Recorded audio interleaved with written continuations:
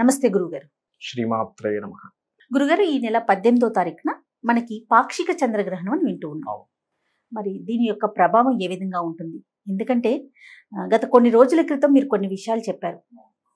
మనకి జల విలయం రాబోతోంది, అవును. తాండవం 9-10 చేస్తోంది. నెలల క్రితమే మనం మీరు చెప్పటం జరిగింది. రాహు మారినప్పుడు మీన రాశిలోకి మారినప్పుడు మీన అవునండి. రాశి జలరాశి అంటారు. అవును అవును అవును. మన సుమన్ టీవీలోనే మీరు చెప్పడం జరిగింది. అవునమ్మా, చెప్పాను. ప్రస్తుతం మనం చూస్తూ ఉన్నాము. అంటే ఒక్కొక్క జిల్లాని కుదిపేస్తోంది. ప్రస్తుతం గోదావరి జిల్లాలకి వర్ష తాకిడి ఎక్కువగా ఉన్నట్లుగా, అవును. చాలా ప్రమాద స్థాయికి వెళ్తున్నట్టుగా కూడా వార్తలు వింటూ ఉన్నాం. అవునమ్మా. అంటే వర్షం పడటం వేరు, కుదిపేయటం వేరు. అవునమ్మా. మరి ఈ గ్రహణం యొక్క ప్రభావం ఏ విధంగా ఉండబోతోంది? ఇదేమన్నా శాంతించే అవకాశాలు కనిపిస్తా ఉన్నాయా? తప్పకుండా అమ్మా. ఫస్ట్ ఆఫ్ ఆల్ ఏంటంటే అమ్మా, మనకి మహర్షులు గ్రహణం అనే విషయాన్ని 2 విధాలుగా చెప్పారు. ఒకటి జాగ్రత్త, రెండవది యోగము. ఆ. గ్రహణం అనేటువంటిది మహర్షి కాన్సెప్ట్ లో గొప్ప యోగం కూడా. ఎలాగా అంటే మనకి గ్రహణానికి రవి, చంద్ర, రాహుకేతువులు ఒకే అలైన్ లోకి వస్తాయి. అవునండి. అంటే మనస్కారకుడు, ఆత్మకారకుడు. చంద్రుడు మనస్కారకుడు. మనకు వేదం చంద్రమా మనసో జాతః అని చెప్పి చెప్పడం జరిగింది.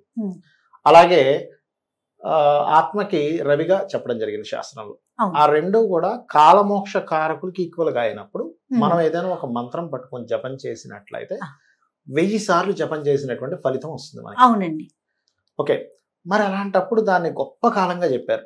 మనకి 18వ తేదీ ఉదయం 6:11 నుంచి 10:16 మధ్యలో ఉంటుంది. అయితే మన ఇండియాలో ఉంటుందా ఉండదా అంటే మన ఇండియాలో కనబడదు గ్రహణం. పాక్షికంగానే ఉంది. పాక్షికంగానే ఉంటుంది. చాలా తక్కువ శాతం ఉంటుంది. అది కనబడడం చాలా కష్టం.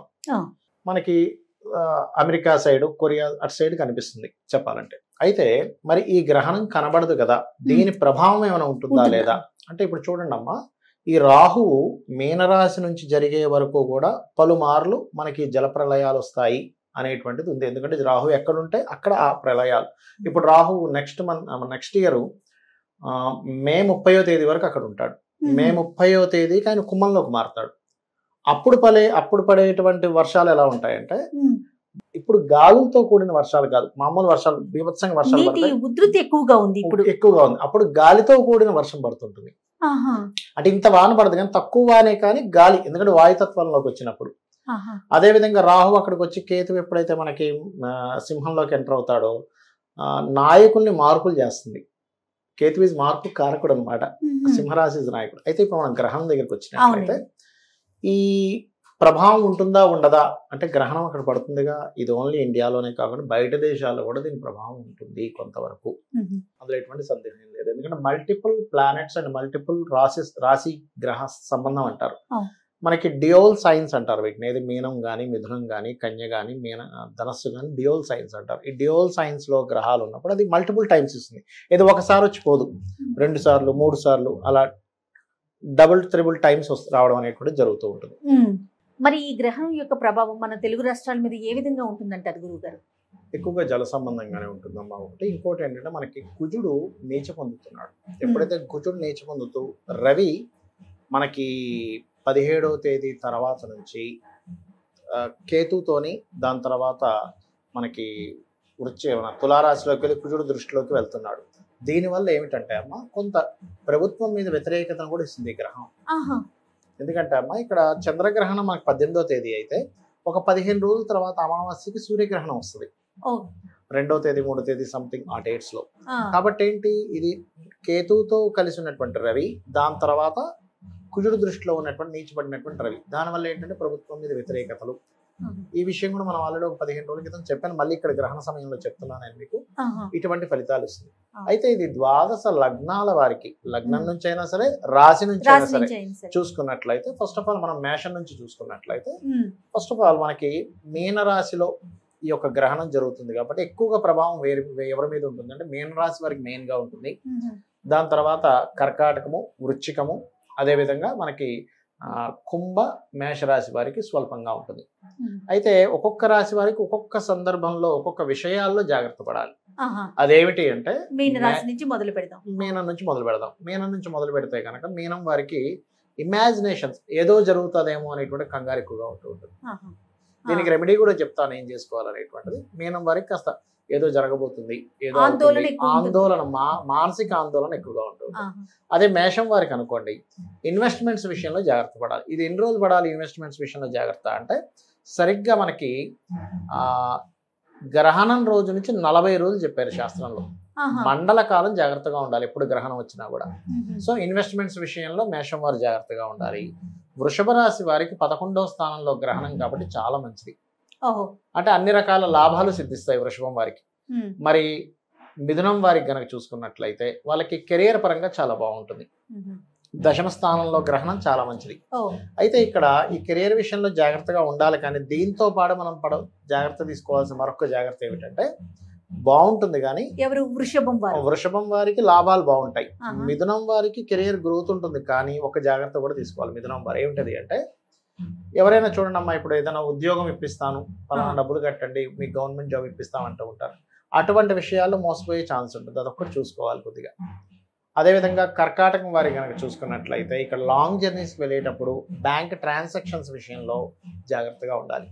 ఒక్కోసారి హ్యాకింగ్స్ లాంటివి జరుగుతుంటాయి సార్. ఎందుకంటే భాగ్యస్థానం అనేది మూలధనంగా చెప్తూ ఉంటారు శాస్త్రంలో. అదేవిధంగా సింహం వారికి కూడా స్వల్పంగా బాగుంటుంది. కాకపోతే వాహనాల మీద వెళ్ళేటప్పుడు జాగ్రత్తగా ఉండాలి. ఇక కన్యా లగ్నం వాళ్ళకి కనుక చూసుకున్నట్లయితే, కన్యా లగ్నం రాశి వారికి కనుక చూసుకున్నట్లయితే, వివాహ నిర్ణయాలు, వివాహ సంబంధించినటువంటి విషయాల్లో జాగ్రత్తగా ఉండాలి. ఎందుకంటే సప్తమంలో జరుగుతుంది కదా. అవునండి. ఇక వివాహం ఒకటే కాకుండా పార్ట్నర్షిప్స్ విషయాల్లో కూడా కొంత జాగ్రత్తగా ఉండాలి, బిజినెస్ పార్ట్నర్షిప్స్ విషయాల్లో. అదేవిధంగా మనకి తులారాశి వారికి కనుక చూసుకున్నట్లయితే, వీరికి 6వ స్థానంలో గ్రహణం చాలా మంచిది. అంటే ఏమిటి, కొన్ని కేసెస్లో గెలవడం, కొన్ని ఇప్పుడు చూడండి కొన్ని స్పోర్ట్స్ రిలేటెడ్ సంబంధించి ఉంటాయి. అటువంటి విషయాల్లో వీళ్ళకి గెలుపు రావడం అనేటువంటి చాలా స్పష్టంగా చూపిస్తుంది. ఇక అదే విధంగా మనం చూడండి, ఎప్పుడైనా సంతానం అంటే మనకి గర్భవతులు జాగ్రత్తగా ఉండాలండి అంటుంటారు చూసారు. వారు ఎవరు ఏ రాశి వారికి అంటే, అది పర్టికులర్ గా వృశ్చికం వారికి. వృశ్చికం వారికి కొంత, మీనం వారికి కొంత ఈ ఎఫెక్ట్ చూపిస్తుంది. అయితే ఇండియాలో లేదు కదండి, ఇండియాలో కూడా అలా ఉండాలి, కొంత జాగ్రత్త సరిపోతుంది. ఏ దేశాల్లో అయితే అది కనిపిస్తుందో ఆ దేశాల్లో చూసుకుంటే మంచిది, కానీ ఇండియాలో అంత ప్రభావం అయితే ఉండదు. అదేవిధంగా ధనస్సు వారికి కనుక చూసుకున్నట్లయితే, వీరు 4th హౌస్ లో గ్రహణం అయినప్పుడు ఏమవుతుందంటే, వీళ్ళు ఏదైనా గృహం సంబంధించిన ప్రాపర్టీ రిలేటెడ్ సంబంధించిన విషయంలో నిర్ణయాలు తీసుకునేటప్పుడు జాగ్రత్తగా తీసుకోవాలి. 40 రోజులు. ఇప్పుడు మీరు చెప్పిన మంచి చెట్లన్నీ కూడా ఒక 40 రోజుల ఎగ్జాక్ట్లీ. ఎందుకంటే గ్రహణం వచ్చే ముందు ఎలా అయితే 6-7 గంటల ముందు సోల ఎలా అంటారో, గ్రహణం వెళ్ళిపోయిన తర్వాత 40 రోజుల పాటు, మండల కాలం పాటు దాని ప్రభావం ఉంటుంది అని శాస్త్రం. ఇక మకరం వారికి అనుకోండి అమ్మా, 3వ స్థానం గ్రహణం చాలా మంచిది. వాళ్ళకి ఏంటంటే కొన్ని లావాదేవీలు, ఎప్పటి నుంచో తగినటువంటి లావాదేవీలు క్లియర్ అవుతాయి. ఇక కుంభం వారికి కనుక తీసుకున్నట్లయితే, ఫైనాన్షియల్ మ్యాటర్స్ విషయంలో చాలా జాగ్రత్తగా ఉండాలి కుంభం వారు. చాలా కేర్ గా ఉండవలసినటువంటి పరిస్థితి ఉంది కుంభం వారు.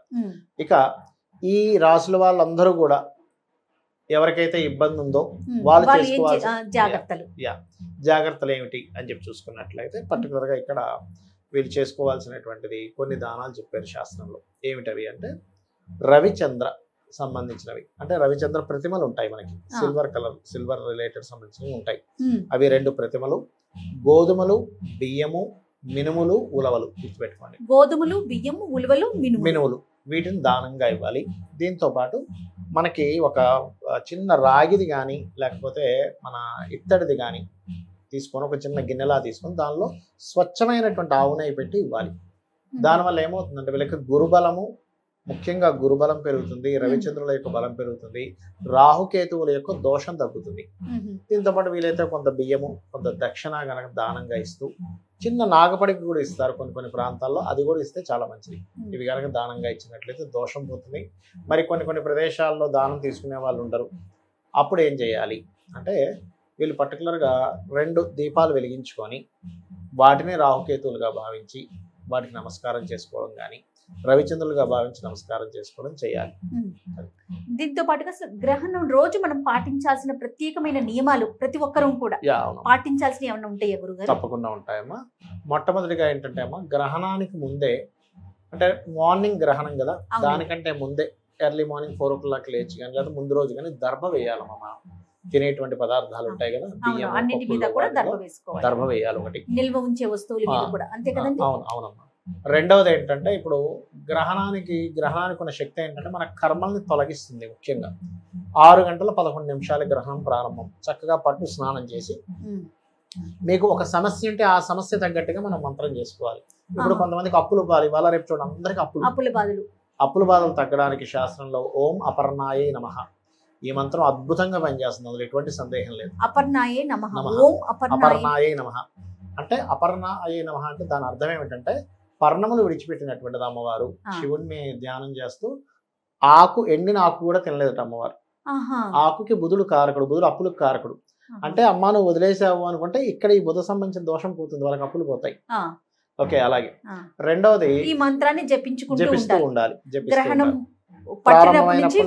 విడుపు వరకు జపించి విడుపు స్నానం చేస్తారు. ఏమంటే మనకి ఇక్కడ గ్రహణం లేదు కదా పని చేస్తుంది అంటే ఖచ్చితంగా పనిచేస్తాం. ఎందుకంటే ఇప్పుడు చూడండి మన జాత చక్రంలో చంద్రుడు పాడయ్యాడు, ఆ వ్యక్తి పుట్టాడు, చంద్రుడు భూమి మీద ఆ సమయంలో కనబడకుండా అవతల దేశంలో ఉన్నాడు, కానీ వాడి ప్రభావం పడుతుందా లేదా? అలాగే ఏంటంటే గ్రహణ ప్రభావం మంత్ర సంబంధంగా మనం మంత్రం చేసినప్పుడు దాని ప్రభావం 100% ఉంటుంది. అలాగే ఉద్యోగాలు లేవు ఇవాళ రేపు, చక్కగా మీరు కనుక ఎవరైనా సరే ఉద్యోగం కావాలంటే ఈ గ్రహణ సమయంలో ఓం శ్రీమాత శ్రీ మహారాజ్ని శ్రీమత్ సింహాసనేశ్వరియే నమః లేదా ఓం మాణిక్య మకుటాకార జానుద్వయ విరాజితాయే నమః ఈ మంత్రం చేసుకుంటే ఖచ్చితంగా వస్తుంది. అందులో ఎటువంటి సందేహం లేదు. కాకపోతే సంశయించకుండా చేసుకోవాలి, నేను అమ్మవారిని చేస్తున్నాను నాకు వస్తుంది అనేటువంటి భావంతో. ఇక మానసిక ఒత్తిడి ఎక్కువగా దీనికి సంబంధించి ఏదైనా మంత్రం? 2 ఉన్నాయమ్మా, ఇంక చాలా ఉన్నాయి బట్ 2 చెప్తాను. ఓం మనస్విని నమః అనే మంత్రం ఒకటి, లేదా మనకి చూడండి అమ్మా అష్టమీ చంద్ర విభ్రాజ అలికస్థల శోభితాయే నమః ఇది బ్రహ్మాండంగా పనిచేస్తుంది మానసిక దీనికి. అలాగే టోటల్ లలితాసహస్రనామాలు యూట్యూబ్లో ప్లే చేసుకుంటూ ప్రాణాయామం అంటే ఎలా అంటే దీనికి ప్రాణాయామానికి కూడా ఒక పద్ధతి చెప్పారు శాస్త్రంలో. ఇప్పుడు ఒక ఎగ్జాంపుల్ లలితాసహస్రనామాలు ఉన్నాయి. ఓం శ్రీమాత శ్రీ మహారాజ్ని శ్రీమత్ సింహాసనేశ్వరి అన్నాం, అప్పుడు పీల్చుకున్నాం, మూసామనుకోండి. చిదగ్నికుండ సంభూత దేవకార్య సముద్యత ఉద్యద్భాను సహస్రాభ చతుర్బాహు సమన్విత మూసాం. మళ్ళీ ఓపెన్ చేసి 3 శ్లోకాలు అయ్యేలాగా ఒక శ్లోకం పీల్చుకొని 2 శ్లోకాలు బ్లాక్ చేసి 3 శ్లోకాలు వదలాలి. 1-2-3 రేషియోలో చేయాలి. ఇప్పుడు కూడా ప్రాణాయామం అంటే పీల్చుకునేటప్పుడు 1%, బ్లాక్ చేసినప్పుడు 2, వదిలేటప్పుడు 3, మళ్ళీ తీసుకునేటప్పుడు 1. అలా చేస్తే మీకుండే రోగాలు ఖచ్చితంగా పోతాయి. పాపకర్మలు మనకి శాస్త్రం ఏం చెప్తుందంటే ప్రాణాయామం రోజు ఎవరైనా అరగంట సేపు కనుక చేయగలిగితే వారికి 3 జన్మల పాపాలు పోతాయట. శాస్త్రంలో ఉన్నటువంటిది ప్రామాణికమైనటువంటి విషయం ఇది. అదే విధంగా మనకు కొంతమందికి రోగాలతో ఇబ్బంది పడుతూ ఉంటారు.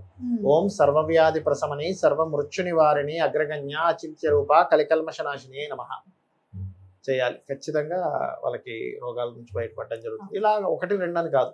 ఫైనాన్షియల్ ప్రాబ్లమ్స్ ఉన్నాయనుకోండి ఓం సంపత్కరీ సమారూఢ సింధుర వ్రజ సేవితాయే నమః ఇది చేసుకున్నట్లయితే ఖచ్చితంగా బాగుంటుంది. ఇవే కాకుండా నారాయణ మంత్రం చేసుకోవచ్చు. ఓం నమో నారాయణాయ, ఓం నమ శివాయ, సులభ మంత్రాలు, పంచాక్షరి మంత్రాలు. ఆహార నియమాలు ఏమైనా పాటించాలండి? ఆహార నియమాలు అంటే సర్వసాధారణంగా అమ్మా ఇది ఎర్లీ మార్నింగ్ వస్తుంది కాబట్టి ఎలాగో మనం అంత పొద్దున ఎవరు తినరు. సహజంగా ఏంటంటే 5-6 గంటల ముందే భోజనం కంప్లీట్ చేయాలంటారు కాబట్టి ఎలాగో మనం ఆ టైంలో తినం. అయిపోయిన తర్వాత తినడం మంచిది. ఇప్పుడు చాలా మంది అంటారు ఏమంటే మా పిల్లవాడు మరి స్కూల్కి వెళ్తాడు కదా తినకుండా వెళ్తే ఎలాగా అని అంటారు. కొంచెం ఓపిక పట్టమని చెప్పండి ఉండగలిగే వాళ్ళైతే. లేదంటే కుదరదు అనుకున్నప్పుడు తినేటప్పుడు క్రీమ్ అచ్యుత అనంత గోవింద అనుకుంటూ తినమనండి. శాస్త్రంలో దీనికి ఏమిటంటే మనం కూడా నిత్యము కనుక క్రీమ్ అచ్యుత అనంత గోవింద అనుకుంటూ తింటే ఆ యొక్క ఆహారం ఔషధంగా మారుతుందట. తినేటప్పుడు పచనం చేస్తుంటాం కదా, క్రీమ్ అచ్యుత అనంత గోవింద అనుకుంటూ తిన్నారనుకోండి ఆ వ్యక్తి ఏ టాబ్లెట్ వేసుకోకుండానే రోగాలన్నీ నయమవుతాయి. అద్భుతమైన విషయం కదండి. ఆహారం ఔషధంగా మారటం అంటే దానికి మించి ఇంకేముంటుంది ప్రస్తుత కాలంలో. తప్పకుండా ఇలాంటి మంత్రాన్ని మనం పఠిస్తుండాలి. అయితే చివరగా ఇంకొక ప్రశ్న అండి, ఈ ప్రళయాల నుంచి మనం అంటే ఈ గ్రహణం తర్వాత అయినా ఏమైనా మార్పు వచ్చే అవకాశం ఉందా? తప్పకుండా మార్పు వస్తుందమ్మా. అయితే ఇక్కడ దీనికి ఒక సాధన ఒకటి ఉంటుంది. ఇప్పుడు రకరకాల ప్రాంతాల్లో ఉంటాము. రాహు ప్రభావం వల్ల ప్రళయాలు ఇంకొక 6 months వరకు చూపిస్తున్నాయి, 6-7 months వరకు. మరి దీని నుంచి బయటపడ్డాం ఎలాగా శాస్త్రంలో చెప్పారు. వరుణుడిని పూజించాలట. వరుణుడే కదమ్మా వర్షం కదా, అంటే నీకు ఎటువంటి ప్రమాదం లేకుండా వరుణుడు చూసుకుంటాడు. దీనికి షట్చక్ర సాధన చేసే వాళ్ళు ఏం చేస్తారంటే వం అనే అక్షరాన్ని మనకి స్వాదిష్టాన చక్రం మీద వం వం వం అనేటువంటి సాధన చేస్తారు. అప్పుడు వాళ్ళకి వంశాధన కనుక ఎవరైతే చేస్తారో, స్వాదిష్టాన సాధన ఎవరైతే చేస్తారో వాళ్ళు ఇప్పుడు చూడండి, ఇలా చూస్తే ఇక్కడ జలం పడుతుందని చెప్పగలుగుతారు. జలసిద్ధి కలుగుతుంది వాళ్ళకి. జలసిద్ధి కలిగిన వ్యక్తికి జలం వల్ల ఇబ్బంది రాదు. పూర్వం రైతులు చేసేవారట వంశాధన. అంటే వాళ్ళకి వర్షం పడాలనుకున్నప్పుడు పడేది, కొంతమందికి కావాలనుకున్నప్పుడు. అంత సాధన ఉండేది. పంచభూతాల మీద పట్టు సాగించేవారు వాళ్ళు ఒకప్పుడు. అలా చేయగలిగితే కనుక కాస్తంత ఉపశమనం లభిస్తుంది. వరుణ యాగాలు చేయడము ఇట్లాంటివి కొన్ని టెంపుల్స్ లో చేయగలిగితే బాగుంటుంది. ప్రపంచ దేశాల మీద అంటే మన దేశం కన్నా కూడా ఇతర దేశాల మీద ప్రభావం అనుకుంటున్నాం కదా, అది ఎలాంటి ప్రభావాలు, అంటే మంచి ప్రభావాల దుష్ప్రభావాలు ఉన్నాయి? ఒకటమ్మా, ఎప్పుడు కూడా ఏంటంటే జల సంబంధించినటువంటి వాటిల్లో రాహు ఇచ్చేటప్పుడు ఎప్పుడు కూడా జల సంబంధంగానే ఇస్తాడు. ఇంకా అక్కడ మంచి అనేటువంటిది ఉండదు. మంచి అనేటువంటిది ఎప్పుడు ఉందంటే క్రోధినామ సంవత్సరం అయిపోయిన తర్వాత నెక్స్ట్ ఏదైతే ఉందో అది ధన అభివృద్ధిని ఇచ్చేటువంటి సంవత్సరంగా చెప్తారు. అది ఖచ్చితంగా మంచి. ఎందుకంటే మన రాష్ట్రాలతో పాటు మన దేశం బాగుండాలి, దేశంతో పాటు ప్రపంచం అంతా బాగుండాలి. అదే కదా మనం ఎప్పుడు కోరుకునేది. మన సనాతన ధర్మం మనకి నేర్పించింది అది. ఎగ్జాక్ట్లీ. చాలా సంతోషం గురుగారు. నమస్తే. శ్రీమాత్రే నమః.